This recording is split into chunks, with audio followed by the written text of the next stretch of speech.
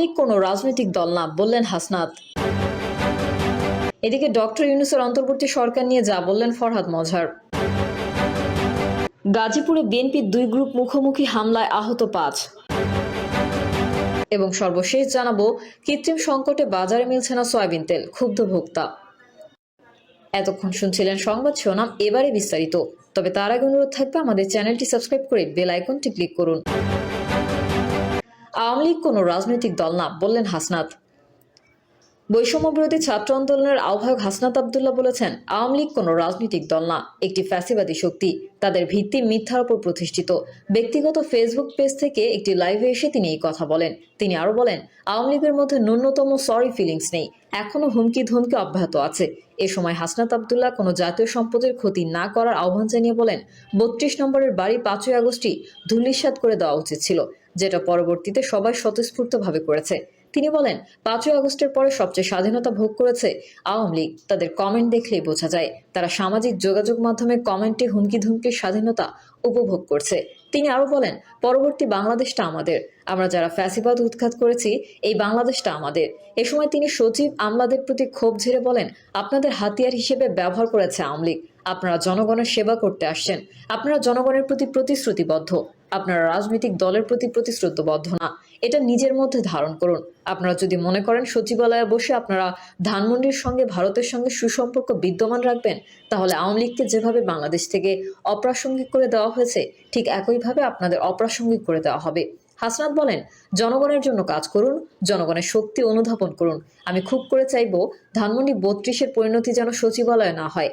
আমি এটা খুব করে চাইব, মন থেকে চাইব, কোনো এক সময়, হয়তো এই বছর না হোক, 10 বছর পর হোক, 15 বছর পরে, 20 বছর পরে সচিবালয়ের পরিণতি যেন গণভবনের মতো না হয়। সুতরাং শিক্ষা গ্রহণ করুন।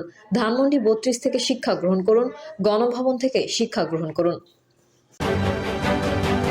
ডক্টর ইউনূসের অন্তর্বর্তী সরকার নিয়ে যা বললেন ফরহাদ মজহার। অন্তর্বর্তী সরকারের প্রধান উপদেষ্টা ডক্টর মোহাম্মদ ইউনূস অবশ্যই ব্যর্থ হবেন বলে মন্তব্য করেছেন লেখক ও গবেষক ফরহাদ মজহার। ফরহাদ মজহার বলেন, ডক্টর ইউনূস অবশ্যই ব্যর্থ হবেন। অনিবার্যভাবে এই সরকার ব্যর্থ হতে বাধ্য। গণঅভ্যুত্থানের স্পিড এই সরকারে নেই। তাহলে গণঅভ্যুত্থান কোথায় গেল? তিনি বলেন, জনগণ আর দল এক কথা নয়। আপনারা এখন দল করতে নেমেছেন। আপনারা কি আরেকটা বিএনপি বানাবেন? আপনাদের পরিষ্কার করতে হবে, যে রাজনৈতিক দল করতে চাচ্ছেন সেই দলের লক্ষ্য হবে সব ধরনের ফ্যাসিবাদের বিরুদ্ধে দাঁড়ানো। বুঝতে হবে গণঅভ্যুত্থানে তার তাৎপর্য কি ছিল। 5ই আগস্ট জনগণের হাতে ক্ষমতা এসেছিল, কিন্তু দুর্ভাগ্যবশত সেই ক্ষমতা আমরা রাখতে পারিনি। আপনাদের পর্যালোচনা করতে হবে কোথায় ভুল করেছেন। তিনি বলেন, বিদেশ থেকে ধরে এনে উপদেষ্টাই ঢুকাবেন। কিছু উপদেষ্টা এলিট শ্রেণী, কিছু সুবিধাভোগী, তাদের দিয়ে কি করবেন? সংস্কার নাকি নতুন দল? বাংলাদেশের জন্য নতুন গঠনতন্ত্র দরকার। কারা করবে এটা? জনগণ করবে।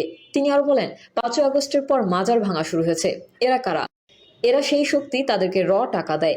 এখনো অস্থিতিশীল পরিবেশ থাকার করার জন্য বহু হোটেলে গাঁজা ইয়াবা খাওয়া হয়। ওদেরকে কিছু করতে পারেন না। কৃত্রিম সংকটে বাজারে মিলছে না সয়াবিন তেল, ক্ষুব্ধ ভোক্তা। বাজারে প্রতি সপ্তাহে সয়াবিন তেলের কৃত্রিম সংকট সৃষ্টি করা হচ্ছে। ফলে ছুটির দিন শুক্রবার রাজধানীর খুচরা বাজার ও পাড়া মহল্লার মুদির দোকানে তেল না পেয়ে ক্ষোভ প্রকাশ করেছেন ভোক্তা। অনেকেই সয়াবিনের বিপরীতে সরিষার তেল নিয়ে বাড়ি ফিরেছেন। এছাড়া বিক্রির জন্য তেল না পেয়ে বিক্রেতারাও ক্ষোভ প্রকাশ করছেন। গত 2 মাস ধরে চাহিদার তুলনায় কম পেলেও সপ্তাহ ধরে কোম্পানিগুলোর 8 থেকে 10টি পণ্য নিতে বাধ্য করা হচ্ছে। তা না হলে তেল দেওয়া হচ্ছে না। এতে এক প্রকার সয়াবিন তেল শূন্য হয়ে পড়েছে খুচরা বাজার। এতে বিড়ম্বনায় পড়ছেন ভোক্তা। এদিকে রাজধানীর খুচরা বাজারে 2-1 দোকানে তেল পাওয়া গেলেও সরকার নির্ধারিত মূল্যে বিক্রি হচ্ছে না। এমনকি বোতলজাত তেলের গায়ের মূল্য মুছে বিক্রি করা হচ্ছে। পরিস্থিতি এমন, লিটার প্রতি সয়াবিন তেলের মূল্য গিয়ে ঠেকেছে সর্বোচ্চ 200 টাকা। তবে খুচরা বাজারে শীতের সবজির দামে সন্তুষ্ট ক্রেতা। তবে মাছ মাংস উচ্চ মূল্যে বিক্রি হচ্ছে। শুক্রবার রাজধানীর একাধিক খুচরা বাজার ও পাড়া মহল্লার মুদির দোকান ঘুরে ক্রেতা বিক্রেতাদের সঙ্গে কথা বলে সব তথ্য জানা গেছে। সকাল 10:30টায় রাজধানীর নয়াবাজারে নিত্য প্রয়োজনীয় পণ্য কিনতে এসেছেন বেসরকারি একটি প্রতিষ্ঠানের কর্মকর্তা মোহাম্মদ শামীম হলাদার। প্রথম একটি দোকানে 1 লিটার সয়াবিন তেল নিতে গেলে দোকানি বলেন, 1 লিটারের তেল নেই, 5 লিটারের বোতল নিতে হবে। পরে তিনি আরেক দোকানে গিয়ে তেল চাইতেই দোকানি বলেন, কিছুক্ষণ আগেই শেষ। বাজারে আরেক মুদির দোকানে গেলেও বিক্রেতা একই কথা বলেন। আরেক দোকানে 1 লিটারের বোতলজাত তেল মিললেও বিক্রেতার মূল্য জানান 190 টাকা। পরে শামীম হাওলাদার তেলের বোতল হাতে নিয়ে দেখেন বোতলের গায়ের মূল্য মুছে দেওয়া হয়েছে। তিনি বিক্রেতাকে সরকারি মূল্যে 175 টাকার বিষয়ে জানতে চাইলে বিক্রেতা জানান এই দামে তেল পাওয়া যাবে না, নিতে হলে 190 টাকায় নিতে হবে। বেলা 11:23 রায় সাহেব বাজার ঘুরে দেখা যায় সেখানে কোনো মুদির দোকানই 1 ও 2 লিটারের বোতলজাত সয়াবিন তেল নেই। খোলা সয়াবিন তেল বিক্রি হচ্ছে, তাও আবার লিটার 200 টাকা। বাজারে আসা ক্রেতাদের বোতলজাত না পেয়ে 200 টাকা লিটারে খোলা সয়াবিন তেল কিনতে দেখা গেছে। তবে এই তেলের সরকারি নির্ধারিত মূল্য 157 টাকা। দুপুর 1টার দিকে বনশ্রী 4 নং ব্লকের ভুইয়াপাড়া রোডের বাসিন্দা হিরোনা আহসান প্রথমে তেল কিনতে মহল্লার ঐশী গ্রোসারি এজেন্সিতে যান। সেখানে 1 লিটারের বোতল তেল চাইলে দোকানে কোনো সয়াবিন তেল নাই বলে জানান। পরে যান সিকান্দার জেনারেল স্টোরে, সেখানেও তেল নেই। এরপর জিসান এন্টারপ্রাইজে গেলেও তেল না পেয়ে আরেক দোকানে যান, সেখানেও সয়াবিন তেল না পেয়ে বাধ্য হয়ে সরিষার তেল নিয়ে বাড়ি ফেরেন। এমন অবস্থা রাজধানীর জিঞ্জিরা কাঁচা বাজারেও। সেখানে 6টি খুচরা দোকান ঘুরে 2টি দোকানে বোতলজাত তেল পাওয়া গেছে। তবে বোতলের গায়ের মূল্য মুছে লিটার প্রতি 180 থেকে সর্বোচ্চ 190 টাকায় বিক্রি করছেন তারা।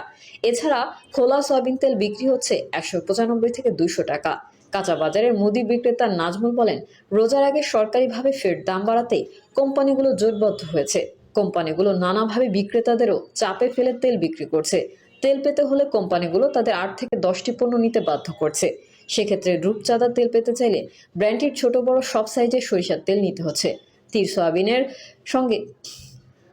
সয়াবিনের সঙ্গে লবণ ও সব ধরনের গুঁড়া মশলা নিতে হচ্ছে। পুষ্টি কোম্পানির তেল নিতে চাইলে ওই ব্র্যান্ডের আটা ময়দা নিতে হচ্ছে।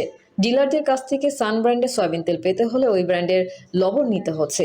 এছাড়া চা পাতা ও অন্যান্য পণ্য নিতে হচ্ছে।